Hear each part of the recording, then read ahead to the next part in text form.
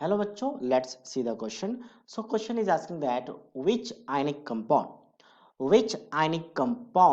has the largest amount of lattice energy?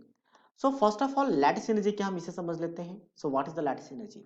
So when isolated gaseous ion combine to form 1 mole of solid, isolated gases यानी कि यहाँ पे plus M मान लेते हैं, ये आपका मेटल है और एक नॉन मेटल का माइनस एम मान लेते हैं, ठीक है, माइनस एन मान लेते हैं, ठीक है, minus N. So when isolated gases atom combine together to form 1 mole of solid, the energy released is known as lattice energy. तो ये लैटिस एनर्जी है. तो इनमें चार्ज जितना ज्यादा होगा फोर्स ऑफ अट्रैक्शन बढ़ेगा, और फोर्स ऑफ अट्रैक्शन बढ़ेगा तो लैटिस एनर्जी भी ज्यादा रहेगा.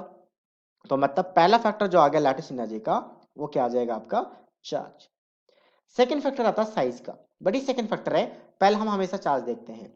सेकेंड फैक्टर क्या है कि अगर साइज इंक्रीज कर जाए कैटायन और एनायन का, तो फोर्स ऑफ अट्रैक्शन डिक्रीज हो जाता है, तो लैटिस एनर्जी कम हो जाएगी. तो मतलब साइज के इनवर्सली प्रोपोर्शनल होगा. तो साइज के इनवर्सली प्रोपोर्शनल होगा, ये फैक्टर है. और हमेशा चार्ज और साइज में पहला प्रेफरेंस हमेशा आपको चार्ज को देना है. तो अब हम चार्ज देख लेते हैं सब में. सबसे पहले अगर चार्ज में क्वेश्चंस आंसर नहीं आए तो फिर हम क्या देखेंगे, फिर साइज देखेंगे. तो ये आपका F N A positive F negative होगा ए में. बी में क्या आ जाएगा ए एल प्लस 3 और एफ नेगेटिव. सी में क्या आ जाएगा आपका ए एल प्लस 3 और एन माइनस 3. और डी में क्या आ जाएगा, डी में आ जाएगा एम जी प्लस 2 और एफ माइनस.